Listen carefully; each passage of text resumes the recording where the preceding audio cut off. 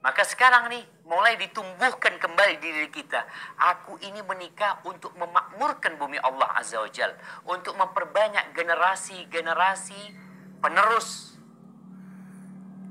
yang menegakkan kebenaran dan kebaikan di negeri ini.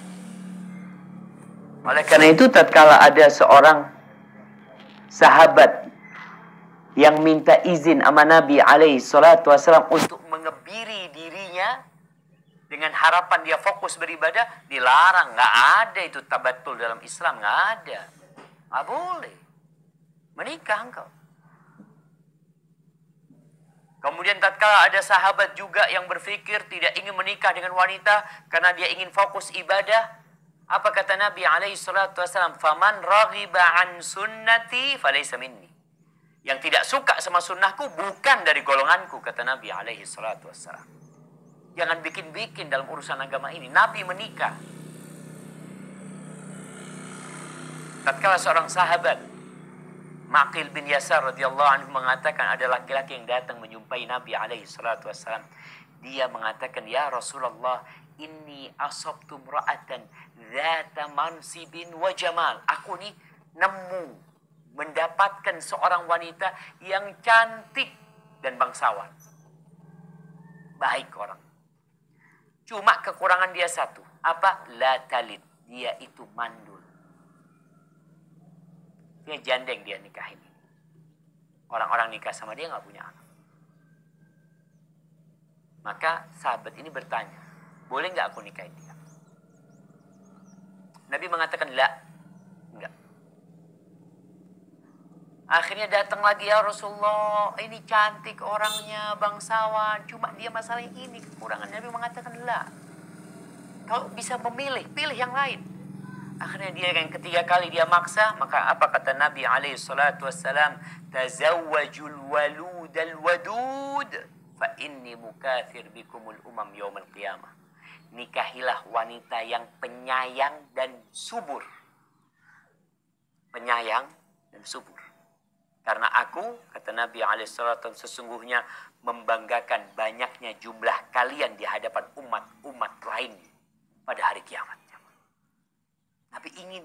Jadi ketika antum ya, menikah, kemudian punya anak lagi, antum seharusnya Allah, alhamdulillah ya Allah, mudah-mudahan Nabi senang dengan anak memperbanyak umat.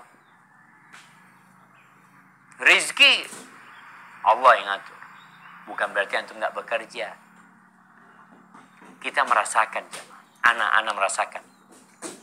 Insya Allah para jamaah semua merasakan.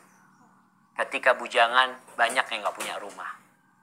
Ketika bujangan, banyak yang nggak punya kendaraan. Ketika dia menikah, punya anak, herannya uangnya kok tambah banyak. Seharusnya kalau ikut akal pikiran kita, dia itu waktu sebelum menikah gajinya 2,5 juta.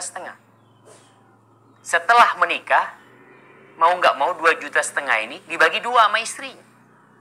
Kemudian 2,5 juta lagi kita pikir. Ketika dia punya anak, 2,5 juta itu dibagi lagi sama anaknya. Anak kedua, ketiga. Nggak seperti itu hitung-hitungannya. Dan terbukti ternyata semua bisa hidup. Anak-anak bisa hidup. Bahkan kehidupan antum berubah. Dari yang awalnya nggak punya rumah, antum jadi punya rumah setelah menikah. Antum jadi memiliki kendaraan. Yang awalnya motor jadi mobil. Seharusnya yang awalnya motor jadi naik sepeda antum. Gara-gara menikah.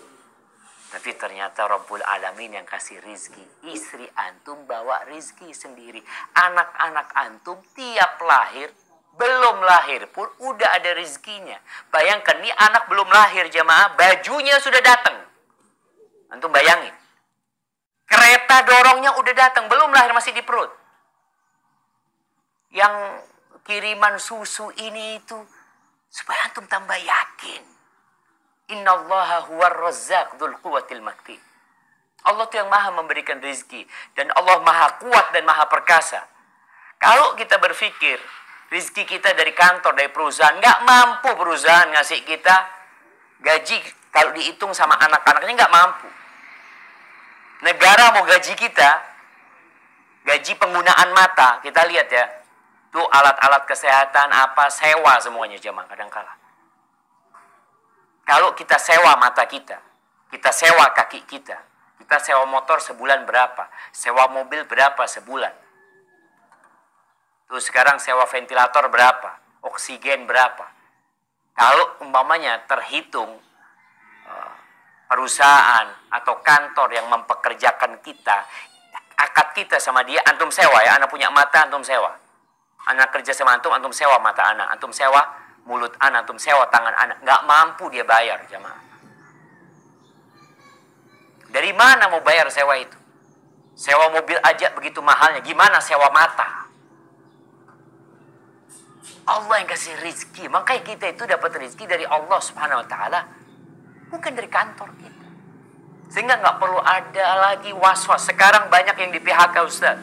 COVID-19 membuat ana dengar ada 20% mungkin di Amerika orang-orang yang akan pengangguran. Di Indonesia sudah jutaan mungkin yang kehilangan pekerjaannya. Nah, tapi bukan berarti dia kehilangan rizkinya. Kita sejatinya pindah-pindah, jemaah. Dari sini di PHK pindah ke sini.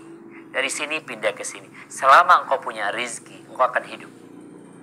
Tapi kalau rizkimu habis, engkau punya uang 1 miliar, engkau mati. Kenapa? Rizkimu sudah habis. Sisa uangnya bukan rizki. Punya anak-anakmu, punya ahli warismu.